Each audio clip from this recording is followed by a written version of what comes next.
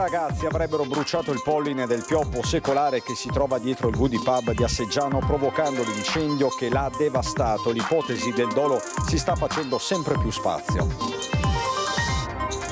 A distanza di 2 giorni un altro incidente sulla 4 tra Latisana e Portogruaro. Per cause da chiarire, l'auto guidata da un ventenne ha tamponato un camion. Il ragazzo non sarebbe in pericolo di vita. Centinaia di persone al Lido di Venezia hanno partecipato alla tradizionale biciclettata dedicata alla pace, all'ambiente e al lavoro. Non è mancato un accurato appello per il ritorno a casa dal Venezuela di Alberto Trentini. Regionale, il centrodestra continua a essere bollente. Zaia non è lesa maestà che la Lega chiede al candidato presidente. Intanto nel Carroccio tengono banco le nuove esternazioni di Roberto Marcato. Mentre l'attenzione del mondo è proiettata sul conclave, l'Istituto di ricerca Demopolis ha coinvolto anche Venezia e il Veneto per capire cosa abbiano lasciato i 12 anni di pontificato di Francesco. Dalla De André Battisti, 3 serate imperdibili per rivivere i capolavori che hanno segnato la storia della canzone d'autore e la nuova edizione del Maggio musicale di Marghera. A Jesolo la 27esima edizione delle Sculture di Sabbia, che quest'anno sarà dedicata allo sport, tema scelto per celebrare il riconoscimento di città europea dello sport. Bentrovati, buonasera telespettatrici e telespettatori di Antenna 3. La cronaca in primo piano per questa edizione veneziana dei nostri telegiornali, perché sembra farsi sempre più spazio l'ipotesi che l'incendio al Woody Pub di Asseggiano sia stato di origine dolosa. Il titolare ne sarebbe convinto, come ci racconta Ilaria Marchiori. 3 ragazzi avrebbero bruciato il polline prodotto dal pioppo secolare che si trova dietro il Woody Pub di Asseggiano, provocando l'incendio che l'ha devastato. Lo ipotizza uno dei 2 titolari che, aggiunge, li stanno cercando. Plateatico, arredi, tenda, gli elettrodomestici, caldaia compresa, sono andati distrutti per oltre 50.000 euro di danni. I titolari però si sono rimboccati subito le maniche, come racconta il presidente della municipalità. È un dramma. Senza ombra di dubbio un dramma, cioè, sei in un momento in cui tutto quello che ti sta accadendo ti viene addosso e fai fatica a dare una ragione di quello che è accaduto. Loro sono persone dedite al lavoro, sempre presenti e si stanno dando da fare in maniera encomiabile e lo stanno facendo velocissimamente. La cosa che io mi auspico è che nel brevissimo il locale si riapra. Non sarebbe la prima volta che accade un episodio simile nel locale, ma qualche anno fa i danni subiti furono decisamente meno importanti. Gli staremo vicini, ecco, senza ombra di dubbio. Ho voluto, non solo io, ma poi ho visto tantissimi messaggi dai nostri cittadini della vicinanza a questo locale, che è un locale storico.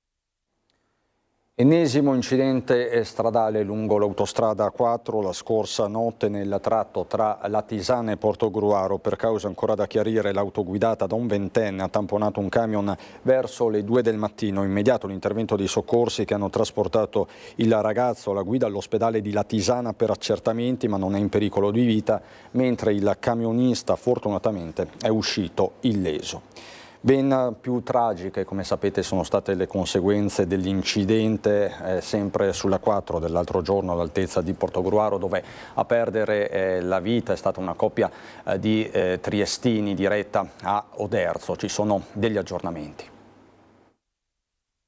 Era in viaggio assieme alla moglie per andare a trovare il fratello residente a Oderzo, in provincia di Treviso. Una gita fuori porta, finita nel più tragico dei modi, quella di mercoledì mattina. Massimiliano Simonetti e Patrizia Furlanetto, triestini di 78 e 77 anni, sono deceduti dopo aver sfondato con l'auto il cantiere fra Latisana e Portogruaro al chilometro 452. L'attività di lavoro in corso era segnalata 1 chilometro prima. Secondo le ricostruzioni, sul posto per competenza la polizia stradale di Palmanova, prima l'auto ha investito i coni segnaletici, poi dopo aver impattato più volte sulla barriera di sicurezza ha centrato a grande velocità il veicolo della manutenzione di autostrade Alto Adriatico, che a sua volta ha tamponato il mezzo di un'altra ditta. Nessun operaio è rimasto coinvolto nell'incidente. Proseguono le indagini per appurare le cause della tragedia, come è emerso fra le ipotesi quella di un malore dell'uomo che si trovava alla guida. Gran dispiegamento di mezzi quel giorno a seguito dell'incidente, sul posto i medici del servizio SUEM che non hanno potuto fare altro che constatare il decesso dei coniugi nonostante la tempestività dell'intervento. I pompieri del distaccamento di Portogruaro invece hanno provveduto alla messa in sicurezza della carreggiata. Come giocoforza succede in questi casi, il traffico è andato completamente in tilt, con code chilometriche che hanno coinvolto tutto il tratto fra la Tisana e Portogruaro. E 2 giovani provenienti dalla provincia di Venezia, da Noale per la precisione, sono rimasti bloccati a 1000 metri di quota sul massiccio del Grappa dopo aver perso la traccia del sentiero che stavano seguendo. Li ha soccorsi, tratti in salvo il soccorso alpino. Perdono la traccia durante un'escursione sul massiccio del Grappa e vengono recuperati dal soccorso alpino in un difficile intervento a 1000 metri di quota. È accaduto a 2 giovani di Noale che erano saliti a Cima Grappa dal sentiero 153 e avevano poi deciso di scendere sul sentiero delle Meatte, sul versante che dà su Crespano. Giunti a un bivio si erano però inoltrati su un percorso alternativo per esperti, poco battuto e poco segnato. Abbassandosi di quota avevano quindi smarrito la traccia, fino a quando, giunti a 1000 metri di quota, erano rimasti bloccati in una gola e non erano più riusciti a ritrovare il sentiero. A questo punto è scattato l'allarme, il soccorso alpino è giunto nelle vicinanze. Gli operatori si sono calati con le corde fino a quando i ragazzi sono stati finalmente individuati. Sono stati poi dotati di imbrago e fatti risalire fino a uno spiazzo dove l'elicottero dei vigili del fuoco li ha recuperati per portarli a valle.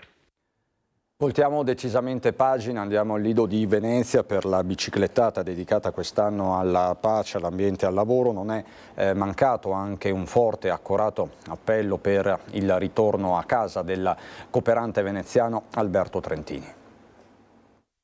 Una comunità in bicicletta ha festeggiato il 1° maggio attraversando il Lido di Venezia da nord a sud con partenza dal Tempio Votivo in Riviera Santa Maria Elisabetta e arrivo agli Alberoni per riflettere e dare a tutti un messaggio dedicato alla pace, al lavoro e al rispetto dell'ambiente. A Sant'Ignazio poi il commovente appello degli amici per la liberazione di Alberto Trentini. Il nostro cooperante italiano è stato fermato dalle autorità del Venezuela lo scorso 15 novembre. Mentre si trovava in missione con l'ONG Humanity and Inclusion per portare aiuto umanitario alle persone con disabilità. Abbiamo invece dato voce a 2 lavoratrici migranti per dare un significato particolare a questa forma di lavoro e inoltre c'è stata un commovente appello per Alberto Trentini da parte degli amici. Erano presenti, altrettanto commossi, i genitori di Alberto.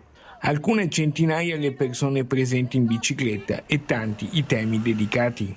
Ogni anno la nostra associazione organizza corsi di italiano per stranieri perché apprendere la lingua non solo è la conoscenza della cultura, della nostra tradizione, ma è anche una chiave per poter accedere a un mondo di amicizie e di professionalità. Tappa finale agli Alberoni in una splendida giornata di sole. Salutando i numerosi partecipanti e ringrazio anche e soprattutto le scuole del Lido per aver coinvolto tanti ragazzi.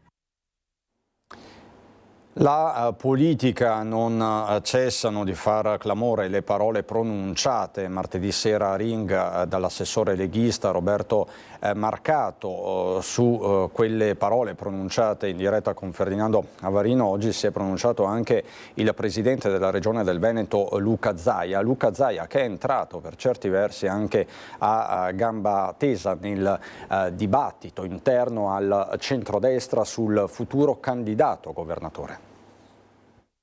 Penso che sia nella norma che ci siano, diciamo, queste attività di assestamento, dopodiché penso che non sia una lesa maestà da parte della Lega chiedere il candidato presidente e tutto questo poi verrà discusso, immagino, dal segretario nazionale, dal segretario regionale, quindi da Salvini e da Stefani. Luca Zaia fa scivolare sul velluto quello che di fatto è un fendente politico, ancora una volta tutto interno al centrodestra, e questo nelle more della decisione del Consiglio di Stato sulla data delle prossime elezioni regionali, pronuncia a questo punto dirimente. La legge regionale ci invita a fare la convocazione delle elezioni elezioni nella fase primaverile, finestra primaverile, e la legge nazionale ci dice di farle entro 60 giorni dalla fine della legislatura e quindi sarebbe in autunno, proprio per evitare ricorsi in una direzione o nell'altra. È bene avere chiarezza su questo tema. Forma e sostanza si alternano, quasi si fondono, in un dibattito che sembra senza fine e che vede scintille anche all'interno degli stessi partiti. Fanno ancora discutere parecchio le parole pronunciate a Ring dal leghista Roberto Marcato, tranchant come non mai sulla riforma Calderoli. Verifico che non c'è nessuna autonomia.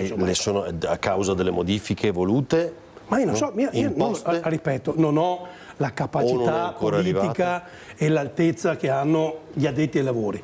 Io questa non è autonomia, non sto parlando della sanità, quella non c'è nessuna autonomia. Non c'è nessuna autonomia. Che autonomia c'è? Bulldog Marcato, che sempre via Ring aveva tradito un certo fastidio sulla narrazione di un super Zaia, alimentando retroscena e articoli di stampa. Si dice sempre Zaia ha fatto, Zaia ha fatto, ma senza questa squadra Zaia avrebbe fatto molto ma molto meno. Ma come avremmo fatto noi senza di lui? Una sottolineatura che evidentemente ha fatto rumore, pure il diretto interessato, di solito restio alle polemiche, le commenta. Ma che è la verità. Basterebbe che voi andaste a vedere tutte le mie dichiarazioni, soprattutto quelle quando escono i sondaggi sul gradimento dei presidenti, dove io sono primo da 15 anni, ed ogni volta che dichiaro dico: questo è il frutto del lavoro di una squadra, non di una persona sola. Quindi penso che sia novietà e che non ci sia nessuna novità sotto il sole. Capitolo chiuso o no, Marcato già aveva messo le mani avanti, rivendicando il suo ruolo di voce libera del Carroccio. Approfitto della sua ospitalità per dire alla dirigenza del mio partito: mettetevela via. Io, come ho sempre fatto, continuerò a dire e a fare tutto quello che reputerò giusto dire e fare. Punto. Ma se la devono mettere via. E a proposito di elezioni, parliamo di elezioni amministrative nei comuni. A Santa Maria di Sala nel particolare torna più decisa che mai l'ex sindaca Natascia Rocchi, che punta sulla continuità amministrativa.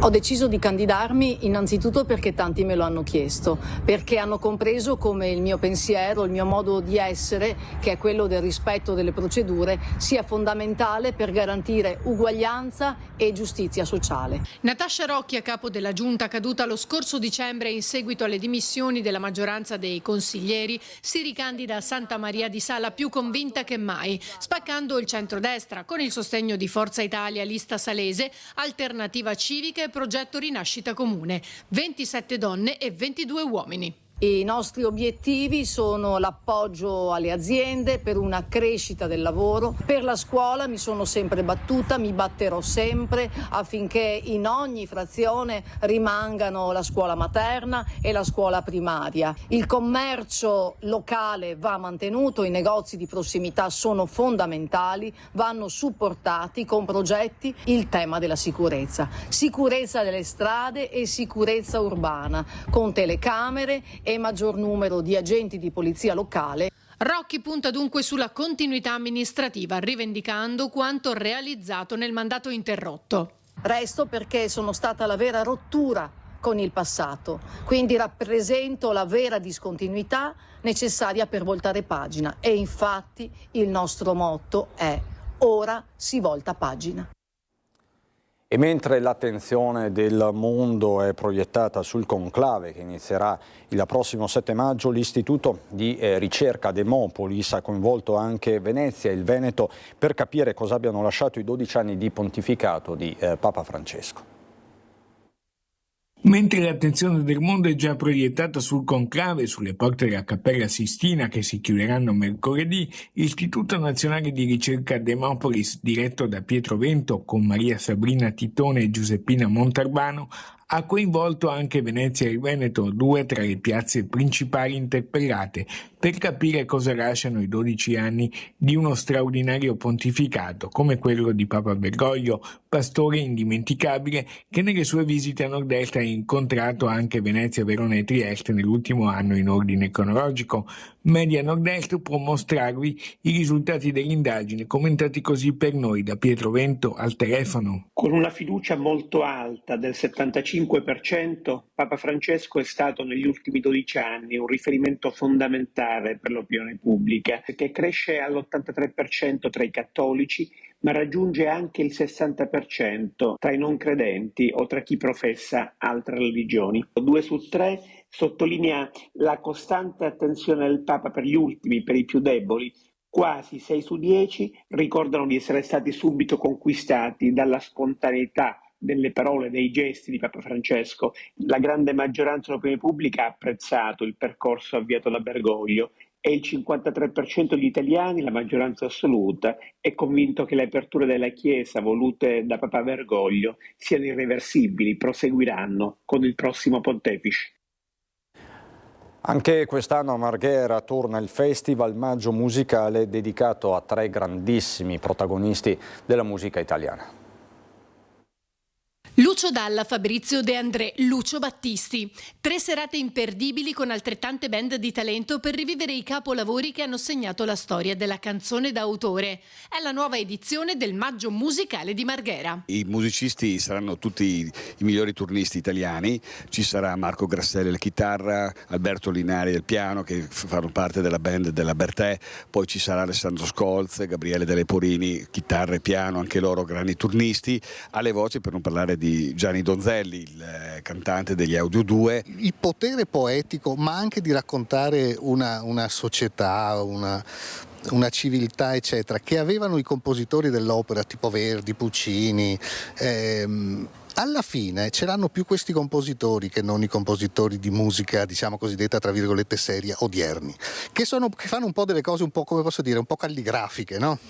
Ma l'epopea del XX secolo la raccontano di più questi. Battisti lo abbiamo ballato tutti e cantato tutti sulla spiaggia, giusto? Questo, per cui io mi auguro che i ragazzi continuino a venire a ascoltare questi tipi di musica che ci danno sempre gioia e ci danno sempre questo momento di allegria, no? Perché ci ricordiamo quando con la chitarra andavamo a suonare direttamente sulla spiaggia con i fuochi, questo qua. Per cui questo è un messaggio importante di continuare ad avere sempre questo tipo di emozione. Un modo per tornare indietro nel tempo, ma anche per far innamorare le nuove generazioni. Credo che questa sia un'ulteriore riprova che a Marghera si guarda sempre a 360 gradi. L'idea del ponte, del diffondere determinati tipi di canzoni, credo che possa sempre portare a un bel risultato di incontro generazionale. Ecco, io vorrei ringraziare proprio per questo approccio intergenerazionale. Le serate si svolgeranno al Teatro Aurora. Si parte sabato 17 maggio con l'omaggio a Lucio Dalla per concludere il 29 con la musica del grande Lucio Battisti e nel mezzo De André sabato 24. Da Marghera a Jesolo per parlare di sculture di sabbia. Da domenica 4 maggio sarà visitabile la nuova edizione della mostra di sculture di sabbia in Piazza Brescia a Jesolo. La manifestazione, giunta alla sua 27esima edizione, sarà dedicata allo sport e celebra il riconoscimento Città Europea dello Sport per il 2025 da parte di HSC Europe. La mostra sarà composta da 6 opere realizzate da un gruppo di artisti internazionali. Ognuna è un omaggio alle emozioni, alla dedizione e alla forza che contraddistinguono gli atleti e gli sportivi. Un viaggio emozionante che attraversa le storie di sfide, vittorie e passione. Caratterizzata dai simboli sportivi più iconici, dalle figure di atleti in movimento e passando per scenari che richiamano lo spirito di competizione e il lavoro di squadra, l'esposizione invita i visitatori a riflettere sul legame tra sport e arte. Calcio, un flash, questa sera alle 20:45 il Venezia scende in campo a Torino contro i Granata dell'ex Paolo Vanoli nell'anticipo della 35esima giornata del campionato di Serie A. Mancano 4 partite infatti al termine del campionato e per continuare a credere nel miracolo della salvezza servono punti preziosi, anzi preziosissimi. In mattinata una delegazione del Venezia Football Club ha reso omaggio al grande Torino recandosi nella Basilica di Superga nel ricordo della tragedia del 4 maggio 1949. È tutto da Venezia anche per questa edizione, subito dopo la sigla c'è il meteo. Buona serata.